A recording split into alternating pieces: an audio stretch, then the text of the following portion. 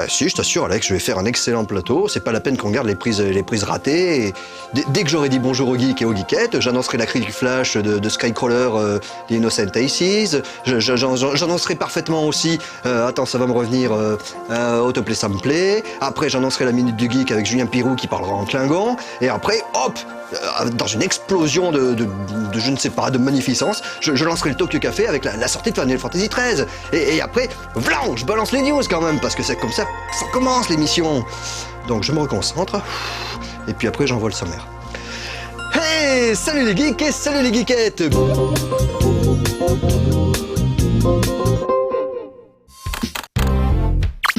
On va commencer ces news par une petite série d'annonces.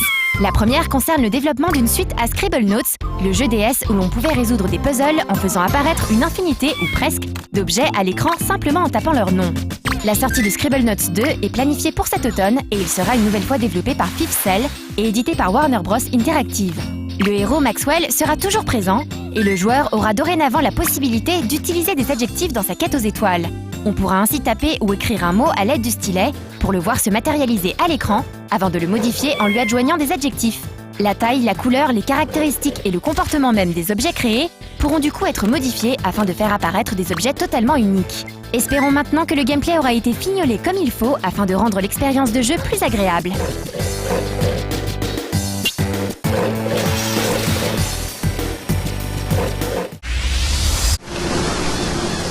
La seconde annonce concerne Crystal Dynamics et Square Enix Europe, qui viennent de dévoiler Lara Croft and the Guardian of Light. Annoncé pour 2010, sans plus de précision, ce titre ne sera pas un Tomb Raider classique ni une suite à Tomb Raider Underworld sorti fin 2008. Il propose en effet un gameplay orienté coop, une présentation graphique en 3D isométrique assez proche d'un vieux Diablo, un petit côté rétro-puzzle et il sera disponible uniquement en téléchargement numérique. Les plateformes n'ont pour le moment pas été annoncées, mais on peut supposer que le XBLA et le PSN seront mis à profit. Le jeu sera présenté à l'abri des regards à l'occasion de la Game Developer Conference qui débute cette semaine. Outre Lara Croft and the Guardian of Light, Crystal Dynamics travaillerait en ce moment sur un autre jeu pour le moment tenu secret.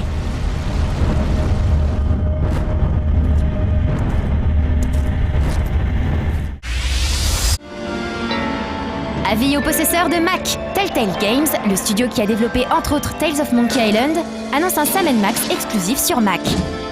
Durant le mois de février, le studio américain avait en effet lancé un vote sur son site, demandant aux joueurs quel jeu ils souhaiteraient voir apparaître sur Mac. Et les grands vainqueurs ne sont autres que Sam et Max, préférés aux jeux Strong Bad et Wallace et Gromit. Celles et ceux qui avaient parié sur Sam & Max et participé au sondage verront leur nom rajouté dans les crédits du jeu. Quant aux autres, qu'ils se rassurent. Telltale Games a confirmé la sortie courant 2010 de Wallace et Gromit ainsi que Strong Bad sur Mac bien sûr.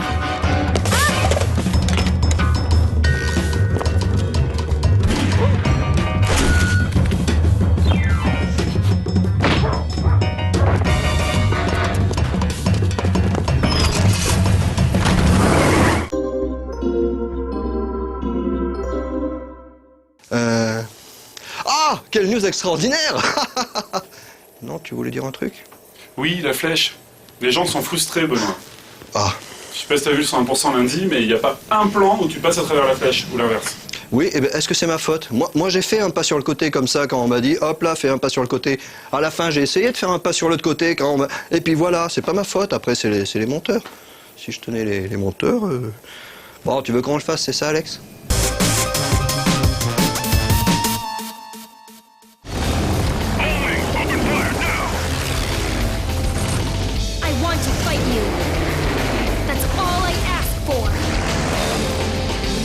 The Skycrawlers est avant tout une série de romans de Mori Hiroshi adaptés en film par Oshii Mamoru.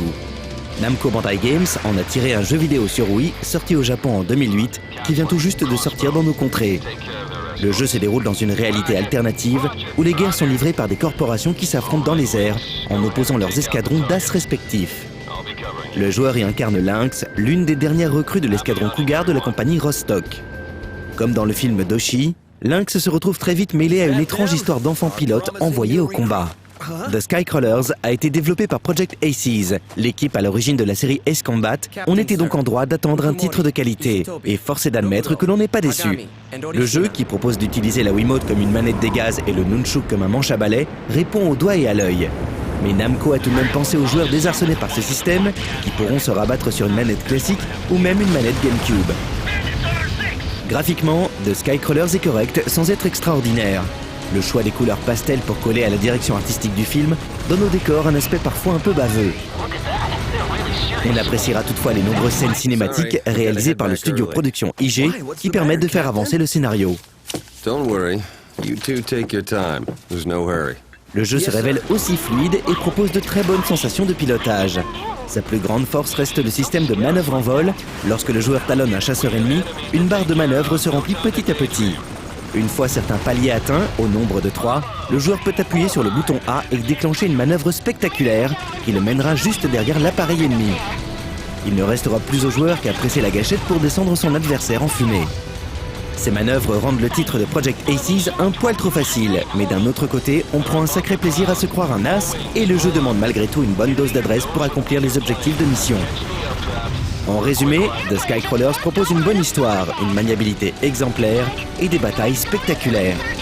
Avec cette adaptation de qualité du film d'Oshii, Namco ne révolutionne pas le jeu de combat aérien. Mais dans la mesure où les titres du genre sont rares sur Wii, les amateurs du genre auraient tort de passer à côté.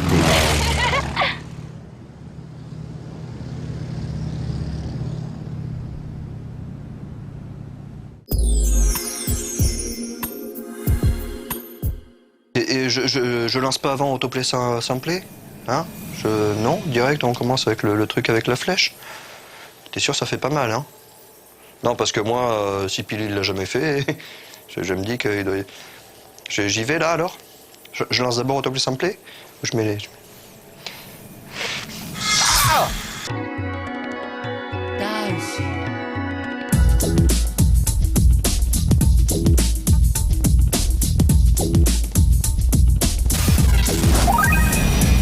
Bonjour et bienvenue dans ce nouveau numéro d'Autoplay Sample. Alors aujourd'hui pour commencer j'ai envie de parler de lunettes puisque bon c'est un peu la journée des lunettes aujourd'hui. Alors est-ce que vous savez ce qu'est une Megane Echo? Une Megane Echo au Japon c'est une fille qui porte des lunettes, ça vient de Megane les lunettes Echo. Donc c'est le caractère pour l'enfant mais ça sert aussi de suffixe dans les prénoms féminins comme Akiko ou Yoko par exemple. Et donc il y a des otaku, ils aiment bien les filles à oreilles de chat par exemple, il y en a d'autres ils aiment bien les filles à lunettes. Et ce qui est assez rigolo c'est que par exemple dans les animés, les jeux vidéo etc. Selon le caractère de la fille qui porte des lunettes justement, la monture n'est pas toujours la même. Par exemple, si c'est une fille très calme, un peu renfermée comme Nagato Yuki dans Haruhi, elle a des lunettes souvent avec une monture en métal très fine, alors que si elle est plus affirmée, elle a une monture plus voyante comme Mali dans Evangelion, et on continue tout de suite l'émission.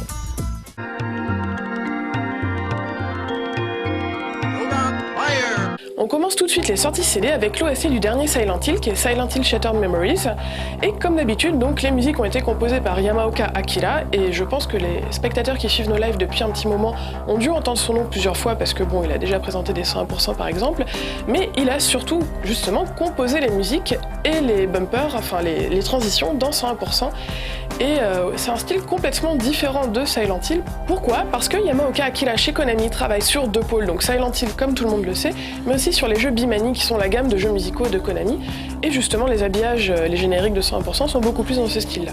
Donc pour en revenir à Silent Hill c'est quoi? C'est une ambiance, c'est quelque chose de lourd, pesant et pour représenter cela par exemple ici on utilise des musiques avec un tempo assez lent qui symbolise la dure progression du joueur. Et l'autre particularité de Silent Hill, ce sont les chansons pop qui parsèment le jeu et qui créent vraiment une atmosphère de film. C'est comme si on regardait un film au cinéma avec une bande originale, etc. Et je pense que c'est vraiment ce qui fait la particularité des musiques de Silent Hill et c'est pour ça que ça doit plaire aussi.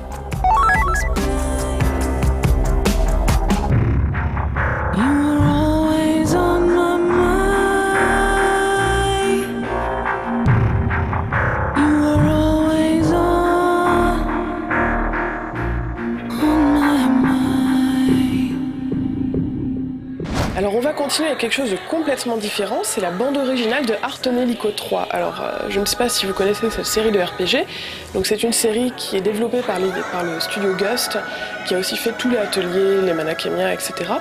Et donc Heart Helico, quel est le principe? Donc c'est un héros qui doit sauver le monde comme d'habitude, mais il n'est pas assez fort pour se battre tout seul, il a besoin de l'aide de prêtresses qui chantent.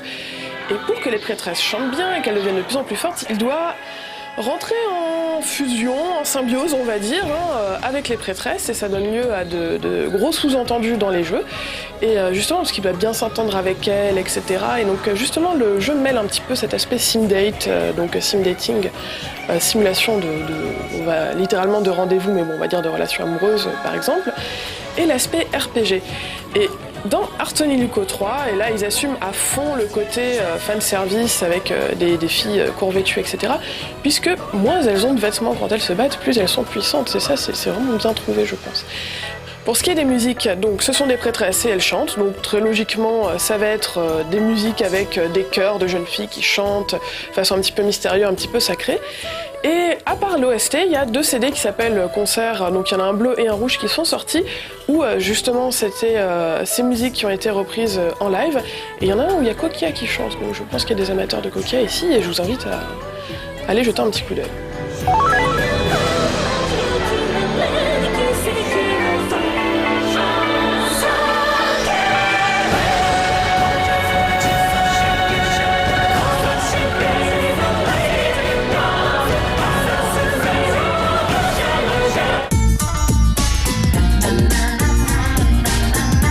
Et on continue avec les téléchargements, et tout d'abord un téléchargement payant. Donc c'est l'OST du jeu Trine, un jeu indé développé par un studio finlandais qui est sorti il y a peu de temps sur PC et PS3. C'est un jeu de plateforme où selon le personnage qu'on choisissait, ça peut être un voleur, un magicien, etc. Ça donne un gameplay complètement différent.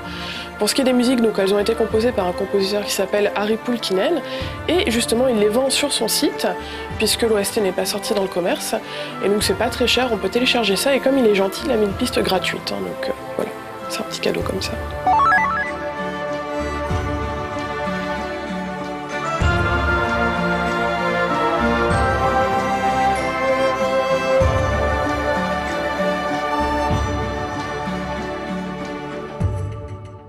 Et l'autre téléchargement qui est gratuit, enfin celui-ci, c'est la chanson du jeu You Have to Burn the Rope. Et j'aimerais bien vous parler de ce jeu, mais c'est très spécial, ça risque de vous gâcher le plaisir, donc je vous invite très franchement à aller y jouer, et surtout à ne pas écouter la chanson avant d'y avoir joué, parce que c'est comme Portal en fait, ça gâche tout si on écoute la chanson avant. Et donc pour télécharger justement cette chanson gratuitement, il suffit d'aller sur le site du compositeur qui est là en bas, et il a d'autres chansons sympathiques comme le blues de Warcraft avec des paroles assez rigolotes. Et voilà, j'espère que personne n'a remarqué que j'avais mis la chanson de You Have to Burn the Rope dans le générique le mois dernier, et que personne n'a fait attention aux paroles, et que voilà, tout le monde ira jouer à ce jeu formidable.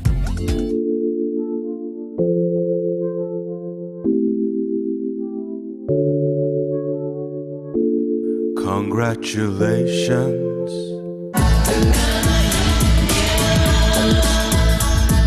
Et on va terminer avec les nouveautés qui vont rentrer dans la rotation de Game Live. Donc tout d'abord l'intro de Legend of Dragoon, qui était un RPG sorti sur PlayStation.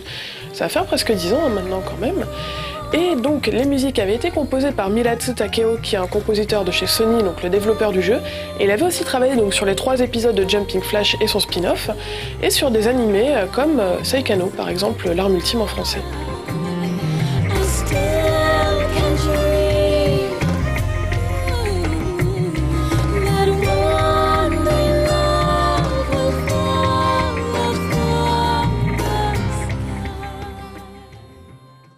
C'est très triste, on n'entendra plus les nouvelles compositions de Monsieur Miratsu Takeo puisqu'il est mort en 2006 d'un cancer du foie.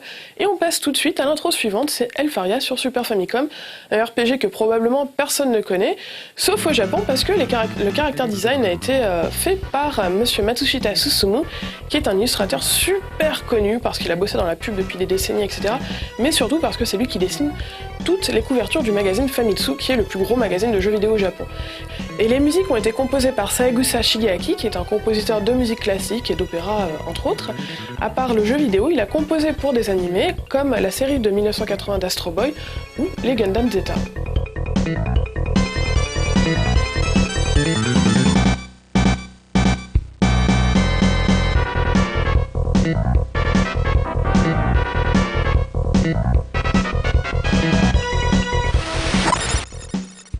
J'espère que l'émission vous a plu. Si vous avez bien aimé les musiques de Silent Hill, je vous invite à aller voir le autoplay de novembre 2008 sur No Life Online, où on voit Yamaoka Akira qui est chez Konami sur son bureau et qui compose, c'est très intéressant.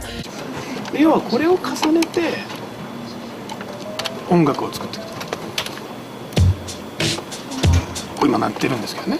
Voilà, je vous dis à dans 2 semaines et à très bientôt.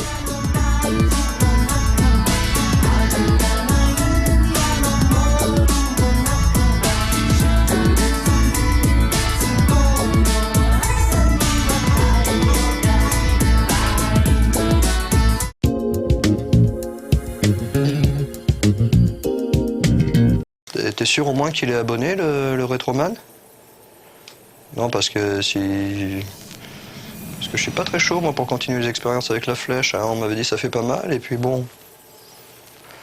je lance quand même la Minute du Geek, avec Julien Pirou qui parle en Klingon. Oui. Tout de suite, la Minute du Geek avec Julien Pirou qui parle en Klingon, et voilà, c'est bon, on va... Non, il faut que je... Oui. Faut qu'on voit vraiment ce que ça fait, ouais. C'est bon, je suis là? Encore un peu? Là? Encore?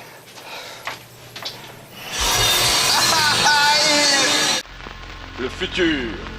Après le bug de l'an 2000, la civilisation a été éradiquée. Toutes les connaissances ont été perdues. Objection! Les Klingons font partie des antagonistes principaux des séries et films Star Trek. Au début, ils ressemblaient juste à des humains, mais leur look devint plus alien à partir du premier film. Leur façon de parler évolua également au fil du temps. Dans la série originale, les Klingons parlaient normalement, mais à partir du film, ils possédèrent leur propre langage. Le langage Klingon est devenu un des langages fictifs les plus évolués avec les langues elfiques créées par J.R.R. Tolkien. Les premiers mots en Klingon furent en fait inventés par l'acteur James Doohan, qui jouait le rôle de Scotty.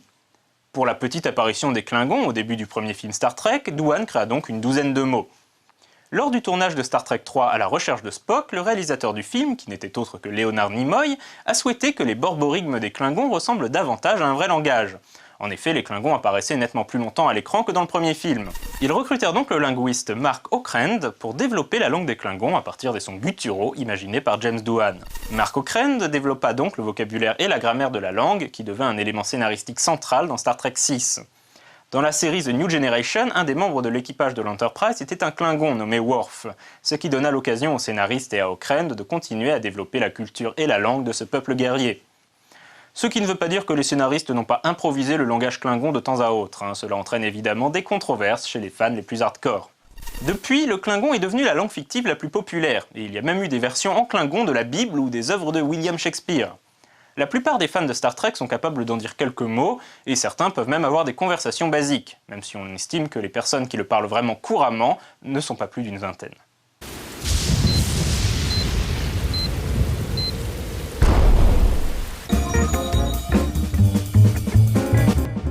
C'est vrai que ça pique un peu, c'est désagréable au début, mais une fois qu'on est dedans, c'est un peu comme, comme la piscine. Enfin, bah oui, pourquoi qu'on regarderait pas plutôt Final Fantasy XIII, hein? Ce serait une bonne idée ça de regarder Final Fantasy XIII. Maintenant que, bof, on a vu que finalement... Alors, on regarde pas Final Fantasy XIII, on regarde Tokyo Café sur la sortie de FF13. Ah, bah oui, mais on me dit rien. Moi je pensais que Mademoiselle Suzuka elle avait été modélisée dans le jeu et tout, que c'était elle qui faisait Lightning, parce qu'elle est vachement rapide, surtout quand elle parle.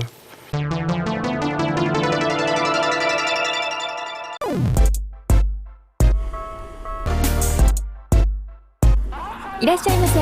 東京カフェへようこそ。Alors, qu'est-ce que ce sera aujourd'hui? Oh, シャンゼリーゼ、サリューテルモンセスが私3月9日シャンゼリーゼに来てるんですけれども、一体何をしにこんなシャンゼリーゼに来たのかというと、この行列。はい、シャンゼリゼ通りのですね、フナックさんには通れないもんね、すでに。ごめんなさい、エクスキューズ N、ありがとう。それ、エクセプショネル、ファイナルファンタジートレーズがなんと発売されるんですね。そのために皆さん、これ買うために並んでるわけですよ。明日になったら普通にゲーム買えるのに。みんな元気？はい。寒いけど元気だね。あ、大きいのが出ていて、カウントダウンしてる、カウントダウン。まだあと何？37分？あと37分も。はいね、エクスキューゼモア。はい、ça va? Attendez longtemps? Ah, depuis un moment, oui, ça fait quelques heures. 3 heures déjà, mais il y en a qui sont là depuis 9 heures du matin déjà. Bonsoir. Bonsoir. Vous connaissez le jeu Final Fantasy? Oui, bien sûr. ですって。すごいね、これすごいね、かっこいいね。これなんか空飛んじゃいそうだよね。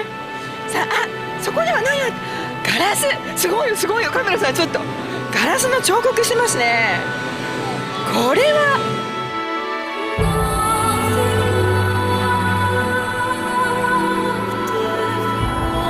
すごいですね。何が出来上がる、これあと35分で出来上がるんですかね。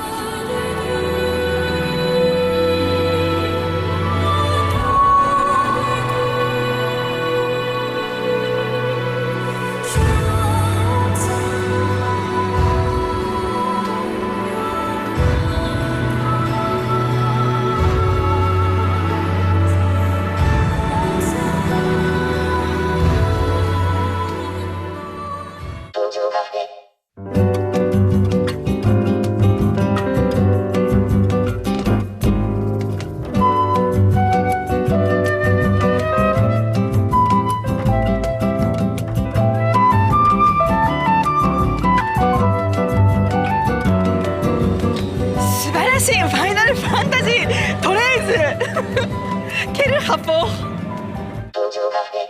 さあこうね、カメラさんついてきてね、カメラさんついてきてね。長いよ長いよ長いぞ。シャンゼリゼ通りもね長いんですけれども、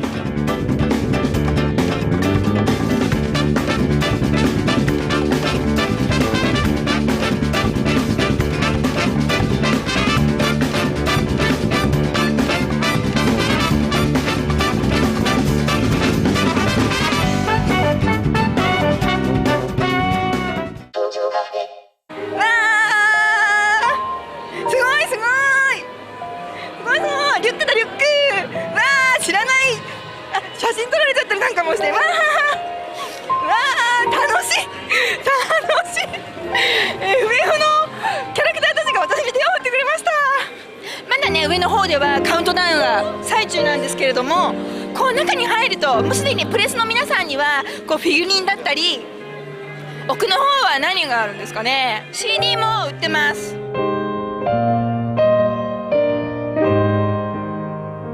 普通ねファイナルファンタジーシリーズっていうともうソニーの PS3 なんですけれども、今回は XBOX からも出ます。同時発売です。もう全てのユーザーに応えます。今始まります。何か素敵な音楽が聞こえてくるかもしれない。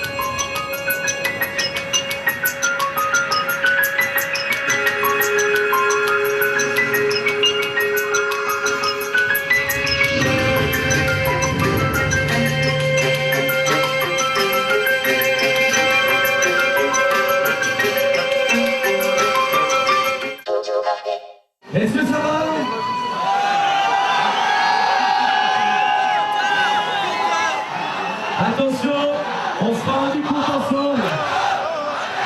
Oh, Konnichiwa, Konnichiwa. C'est faux, mais c'est complètement fou. 10, 9, 8, 7, 6, 5,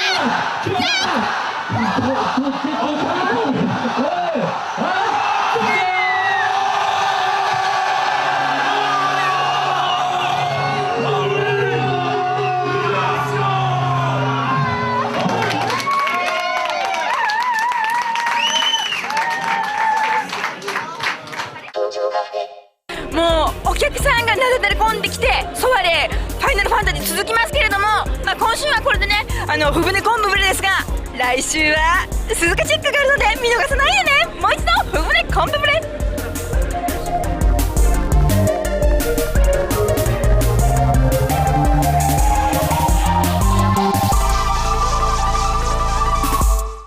さよならその一言。Mes bien chers geeks, mes bien chères geekettes, c'est en duplex depuis la cafétéria de No Life que je vous envoie tous mes gros bisous et puis que je vous dis à la semaine prochaine si on retrouve de la colle. Allez, gros bisous. Petits bisous.